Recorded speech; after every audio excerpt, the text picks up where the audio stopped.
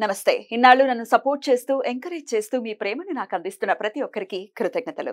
అలాగే ఈ వీడియో కూడా ఖచ్చితంగా మీకు ఉపయోగపడుతుంది. లైక్, షేర్ అండ్ సబ్స్క్రైబ్ చేసి మీ సపోర్ట్‌ని నాకు అందించండి. అలాగే ఈ వీడియో పట్ల మీకున్న అభిప్రాయాన్ని కామెంట్ సెక్షన్‌లో కామెంట్ చేసి తెలియజేయండి.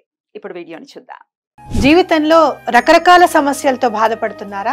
ముఖ్యంగా ఆర్థిక సమస్యలతో సతమతమవుతున్నారా? ఎన్నో పరిహారాలు చేసి అలసిపోయారా? మంచి మార్గం దొరకాలని కోరుకుంటున్నారా? అయితే రండి, విశ్వాన్ని ఎలా అడగాలో తెలుసుకుందాం. లా ఆఫ్ అట్రాక్షన్ క్లాసెస్ మీకోసం మన ఛానల్లో. వివరాల కొరకు సంప్రదించండి.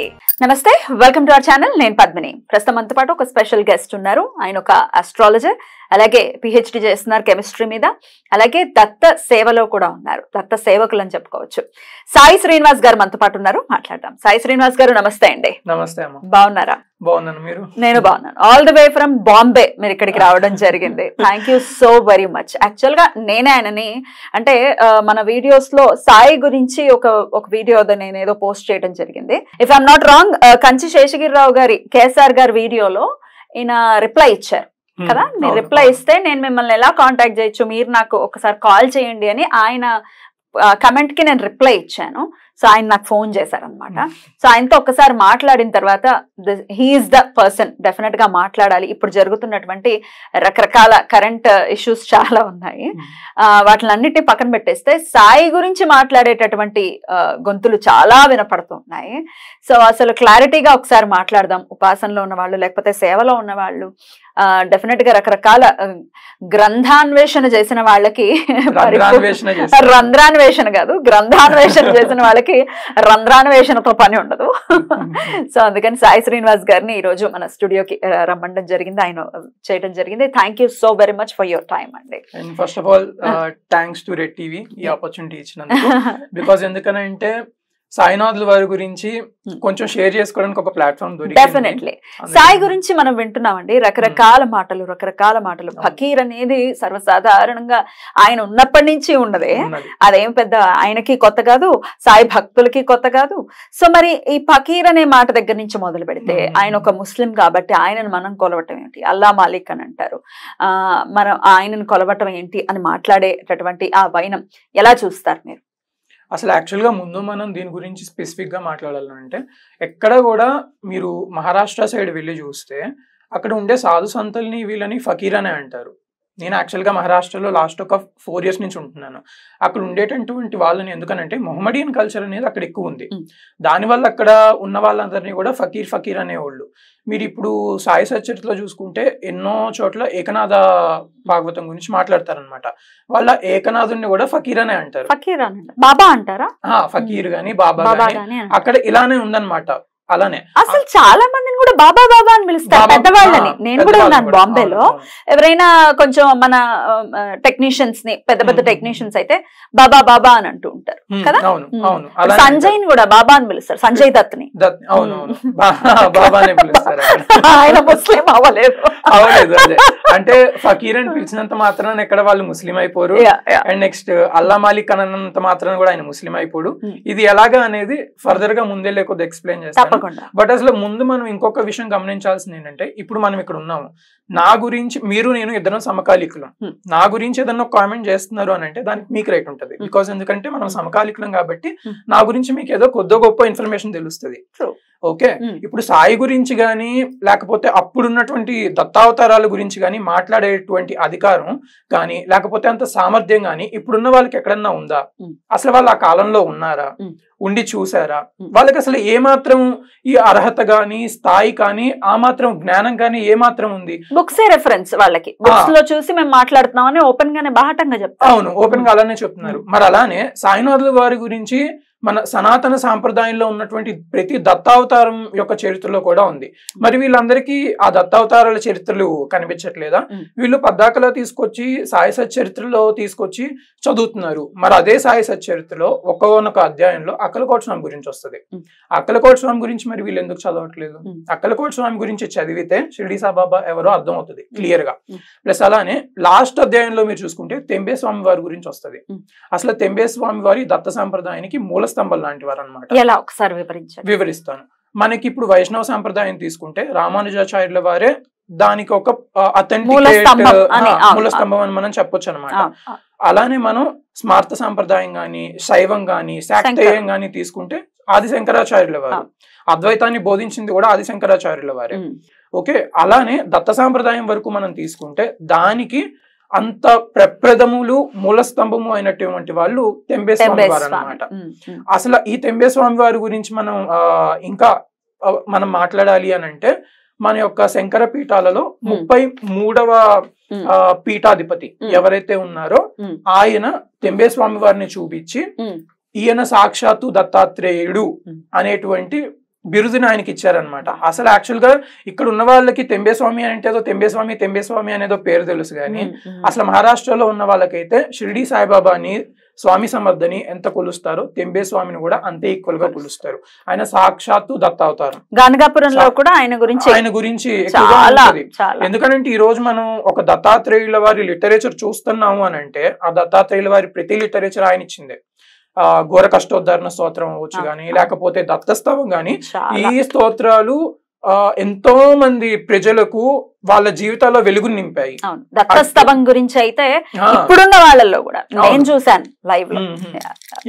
ఈవెన్ నేను కూడా ఆస్ట్రాలజర్ గా కూడా చాలా మంది వాళ్ళ కుండ్లీలో ఎన్ని ప్రాబ్లమ్స్ ఉన్నా కొన్ని సార్లు ఘోర కష్టోద్ధరణ స్తోత్రం 9 సార్లు కంటిన్యూగా ఒక 4 రోజులు చేపిస్తే ఎంతో మంది జీవితాల్లో మార్పులు వచ్చిన కేసెస్ నేను చాలా చూసాను అనమాట. ఇట్లాంటిది ఇచ్చింది ఆ తెంబేస్వామి. అలానే ఒక శంకర పీఠానికి సంబంధించినటువంటి పీఠాధిపతి 33వ పీఠాధిపతి ఆయన్ని ప్రూఫ్ గా ఈయన సాక్షాత్తు దత్తాత్రేయుల వారు అని చెప్పారనంటే మనం అర్థం చేసుకోవచ్చు ఆయన సాక్షాత్తు దత్తాత్రేయుల వారే. ఆయన చరిత్రలో గనక మీరు చూస్తే ఇప్పుడు నేను చెప్పే ఏ రిఫరెన్స్ అయినా అవ్వచ్చు, నేను చెప్పే ప్రతి రిఫరెన్స్ వాళ్ళ సంస్థానం వాళ్ళు వాళ్ళ పబ్లికేషన్స్ ద్వారా ప్రింట్ చేసినటువంటి అథెంటిక్ బుక్స్ నుంచి తీసుకొచ్చినవే. అలా ఇక్కడిక్కడ అక్కడక్కడ పబ్లిష్ అయిన వాటిని తీసుకొచ్చి నేను చెప్పట్లేదు. నేను ఏదైతే చెప్తున్నానో మీరు కావాలంటే ఆ సంస్థానం వాళ్ళ చరిత్రలో రిఫర్ చేసుకోండి. నాకున్నటువంటి కొద్ది మరాఠీ జ్ఞానంతో అలానే దాని మీద కూడా నేను డిపెండ్ అవ్వకుండా నా ఫ్రెండ్స్ ద్వారా, ఎందుకనంటే ఇవి ట్రాన్స్లేట్ అయినప్పటికీ కూడా మూలం ఏదైతే ఉందో దాని నుంచి తీసుకున్నదే నేను నమ్ముతాను. అందుకనే నా ఫ్రెండ్స్ ద్వారా వీళ్ళ ద్వారా ట్రాన్స్లేట్ చేయించుకొని కూడా నేను వచ్చి చెప్తున్నాను అనమాట. ఒకానొక టైంలో ఇది ఇంకా అసలు ఇది అదృష్టం అనుకోవాలి.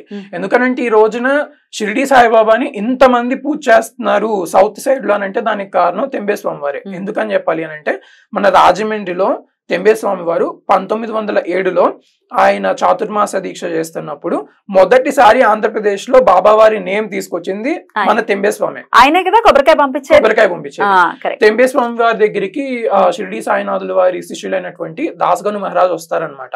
అక్కడ రాజమండ్రిలో దాస్గన్ మహారాజ్ కూడా ఉంటారు. ఉన్నప్పుడు తెంబేస్వామిని మొత్తం అంతా వీళ్ళతో మాట్లాడతారు. అయిపోయిన తర్వాత మీరు ఇప్పుడు నెక్స్ట్ ఎక్కడికి వెళ్తున్నారు అని తెంబేస్వామి అడిగితే షిరిడి సాయినాథుల వారి దగ్గరికి వెళ్తానంటే ఆయన అసలు ఎంత ఆనందపడతారు అని అంటే తన సొంత అన్నయ్య దగ్గరికి ఒకళ్ళు వెళ్తున్నారు అన్నట్టుగా ఆయన అంత ఆనందపడతారు అనమాట. షిరిడి సాయినాథుల వారు తెంబేస్వామి కన్నా పూర్వమే వచ్చారు, ముందు వచ్చింది ఆయనే. తర్వాతనే మనకి తెంబేస్వామి వారు పుట్టారన్నమాట. అందుకే అన్నగారు అని సంబోధిస్తారు. ఆయన చాలా ఆనందపడిపోయి ఆయన దగ్గర ఉన్నటువంటి ఒక శ్రీఫలం ఈ నారికేలాన్ని తీసుకొని ఇది నా అన్నగారికి సమర్పించు. జనరల్ గా అయితే ఈ యోగులు గాని సాధువులు గాని ఈ సంప్రదాయంలో ఉన్న వాళ్ళు ఇంకొక యోగికి నమస్కరించరు యాక్చువల్ గా. అందుకే మీరు చూడండి శంకర పీఠాలకు సంబంధించిన వాళ్ళు గాని వీళ్ళు గాని ఎవరికి నమస్కరిస్తున్నట్టుగా ఎక్కడ మనకు కనబడదు. వాళ్ళు నమస్కరించరు. ఆయన ఏం చెప్తారనంటే జనరల్ గా నేను ఎవ్వరికి నమస్కరించాను, కానీ షిరిడి సాయినాథుని యొక్క విషయంలో ఇది వేరు. ఆయనని నన్ను మర్చిపోవద్దని చెప్పు అని చెప్పి ఆయనకి కొబ్బరికాయ ఇస్తారనమాట. అది ఇచ్చింది ఆంధ్రప్రదేశ్ లో, ఓకే, రాజమండ్రిలో. దానికి సాక్ష్యం కూడా మీకు చెప్పాలి అని అంటే రాజమండ్రిలో ఒకనొక ప్లేస్ లో భక్తవత్సల దత్తాత్రేయుల వారి విగ్రహం అనేది ఆయన ప్రతిష్ఠించి వెళ్లారు. అప్పట్లో చాలా చిన్న విగ్రహం ఉంటుంది, చూడడానికి ఆ దత్తుడు చాలా ముద్దుగా కూడా ఉంటాడు కూడా. వెళ్ళిన అక్కడికి వెళ్ళి దర్శనం చేసుకున్న ప్రతి ఒక్కళ్ళ కోరికలు కూడా తీరుస్తారు. రాజమండ్రిలో ఉన్నారు. ఒకవేళ మీరు రాజమండ్రి వాస్తవ్యులు అయితే మీకు తెలిస్తే గనక కమెంట్ సెక్షన్ లో మాకు తెలుసు అని కమెంట్ చేయండి.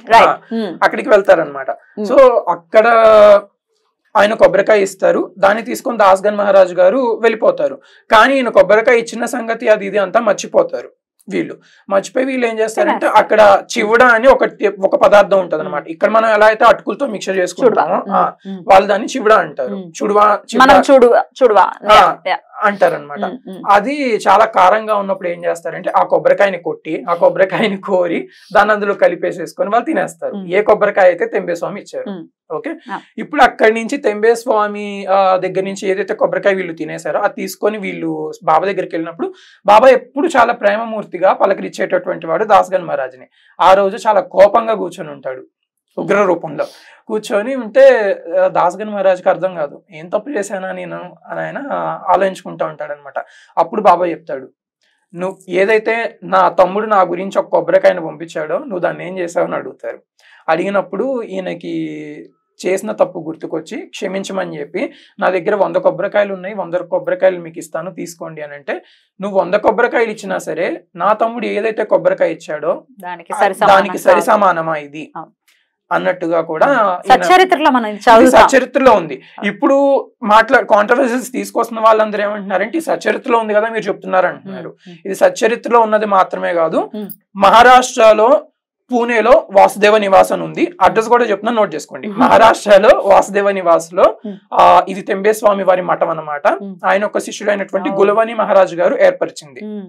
ఓకే, మీరు ఆ మఠానికి గనక వెళ్ళి అక్కడ తెంబేస్వామి వారి చరిత్ర కనుక మీరు తీసుకొని చూస్తే అందులో చివరి పేజీలో పేజ్ నెంబర్స్ కూడా చెప్తాను, 60 నుంచి 67 మధ్యలో మరాఠీలో రాసి ఉంటది.